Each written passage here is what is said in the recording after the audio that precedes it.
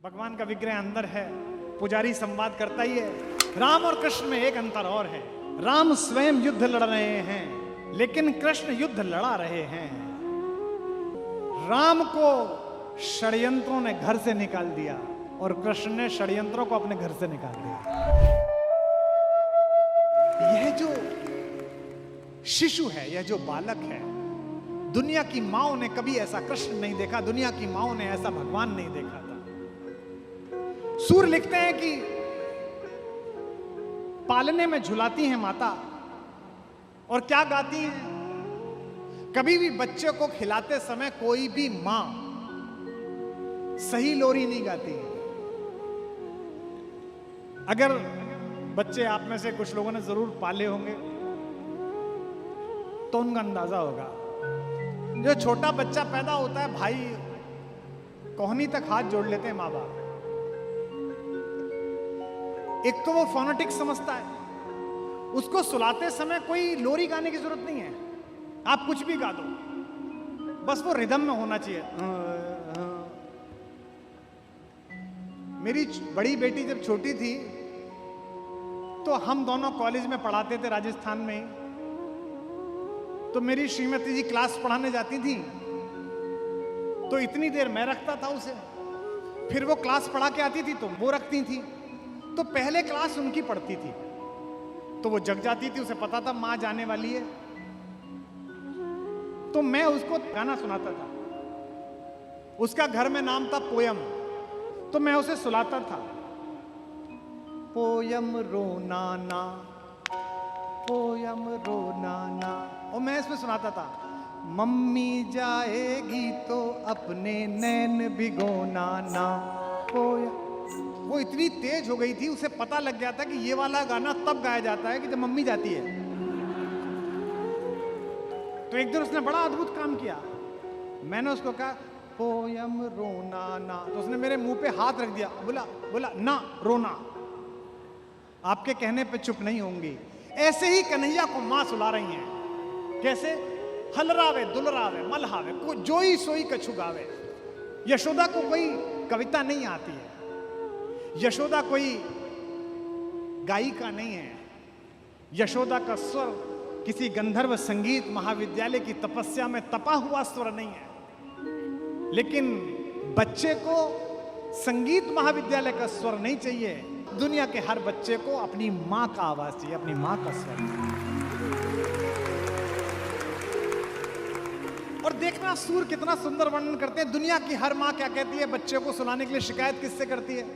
ये नहीं कहती कि ये नहीं सो रहा, किससे शिकायत? नींद से शिकायत करती है कि तू नहीं आ रही, निंदिया रानी जल्दी आ जा, उससे कहती हैं। सूर ने कितना सुंदर वर्णन करा है, यशोदा हरि पालने झुलावे। सूरदास गाते हैं, यशोदा हरि पालने झुलावे, यशोदा हरि पालने, यशोदा हरि पालने में झुलावे, यशोदा हरि पालने में झुलावे।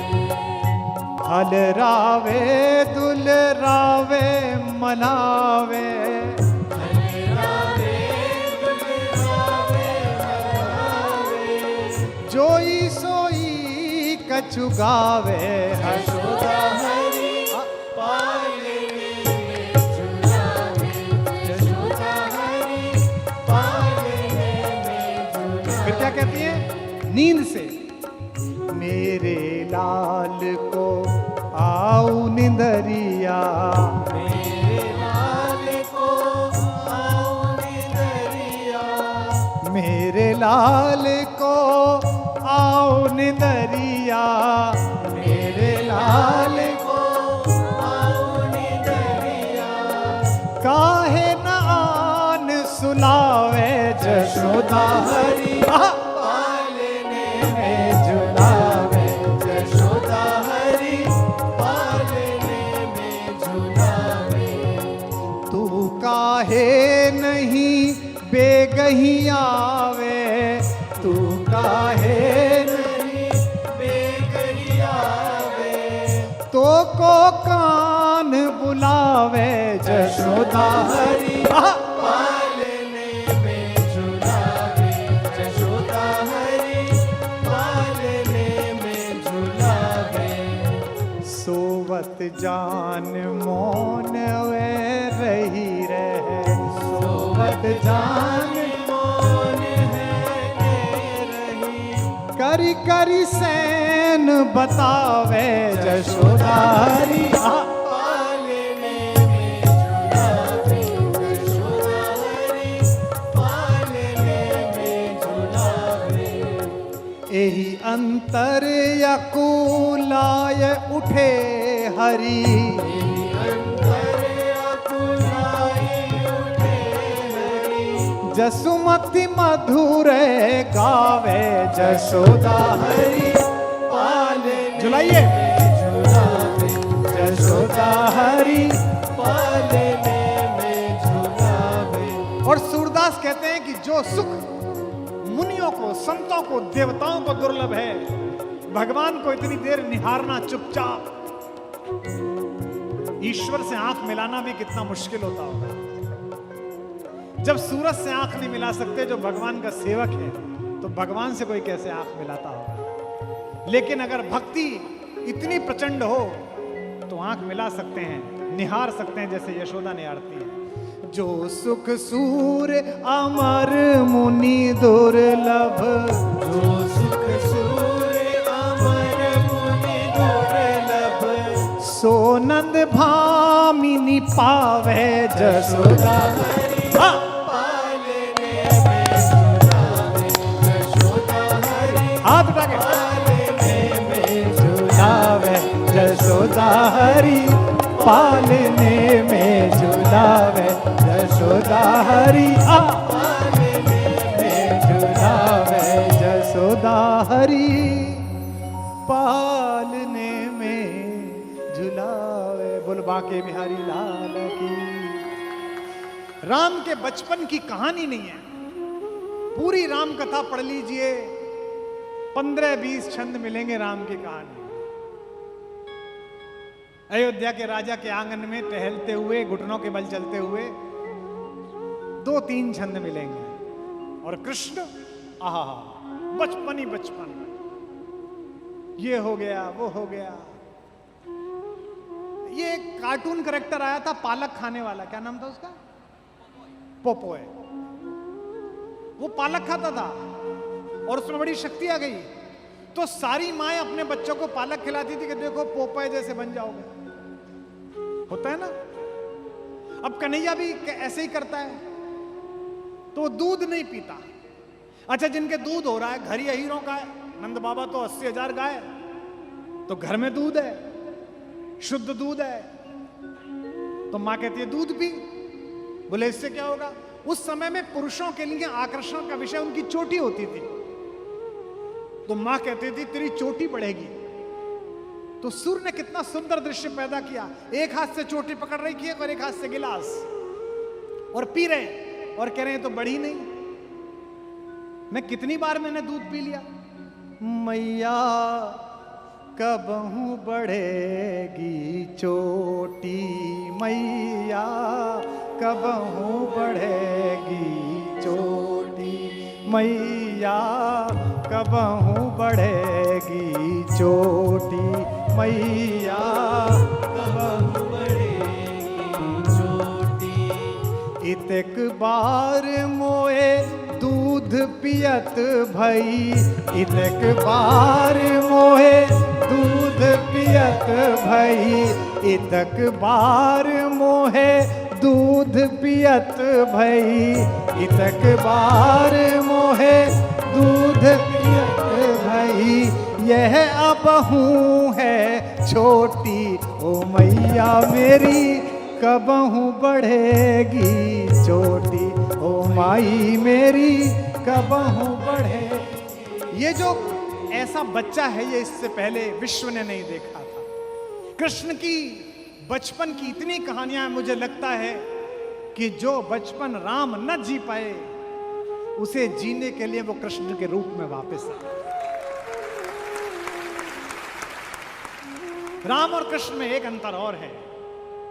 राम स्वयं युद्ध लड़ रहे हैं, लेकिन कृष्ण युद्ध लड़ा रहे हैं। राम को षड्यंत्रों ने घर से निकाल दिया और कृष्ण ने षड्यंत्रों को अपने घर से निकाल दिया।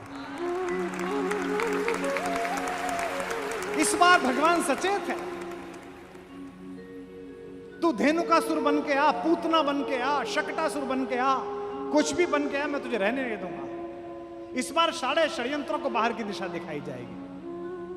जो जो काम राम ने छोड़े वो कृष्ण ने पूरे किए। राम ने गाली ही नहीं खाई, राम ने कुछ चुराया ही नहीं। मिथिला गए, हमारे यहां पटरा बिछाया, उस पर बैठे, स्वस्ति न इंद्रा स्वस्ति न पूखा। गुरु वशिष्ठ ने मंत्र पढ़ने शुरू करे। फेरों में जो औरतें पीछे बैठी थी उन्होंने गाली बकनी शुरू कर दी। सुनु सखी एक अनुपम घटना, अजगुत लागत भारी है, खीर खाए बालक जन्मौले अवधपुरे के नारी है। भैया ये पता नहीं कहां से आए हैं, दुनिया भर में तरह तरह से बालक हुए, इनकी महतारी ने खीर खाया और ये पैदा हो गए। गाली मिली, थोड़ी सी गाली मिली थी कि मुनियों ने आंख दिखा दी महिलाओं को कि माता बहुत हो गया, नेक हो गया, अब गाली मत देना।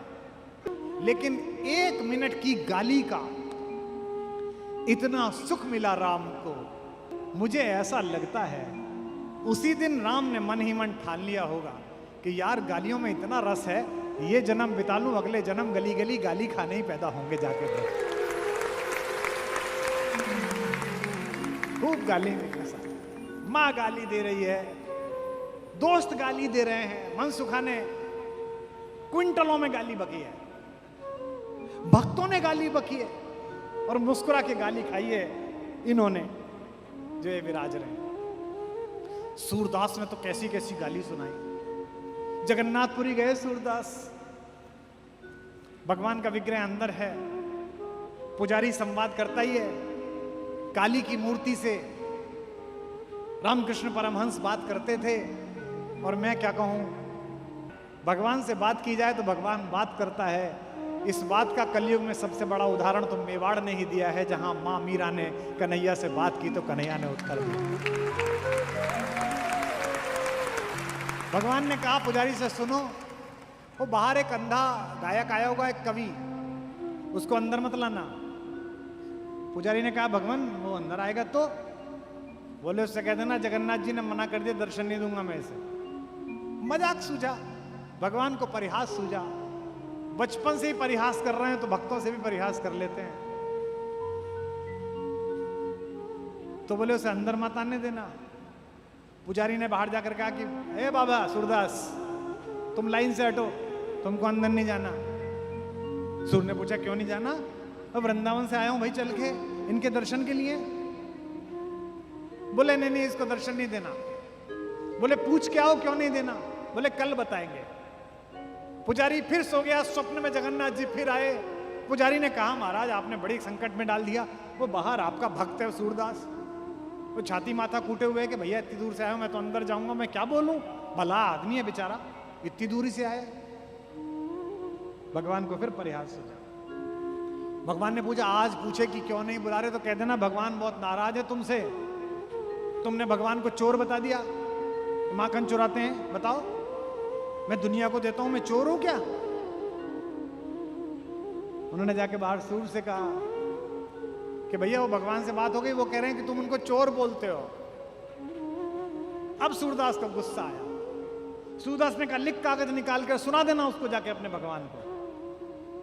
और एक बात सूरदास ने कही, उन्होंने कहा जाकर कह देना अपने भगवान से, जगन्नाथ से, भक्त से झगड़ा ले लोगे फिर भी टल जाएगी, कवि से झगड़ा मत लेना।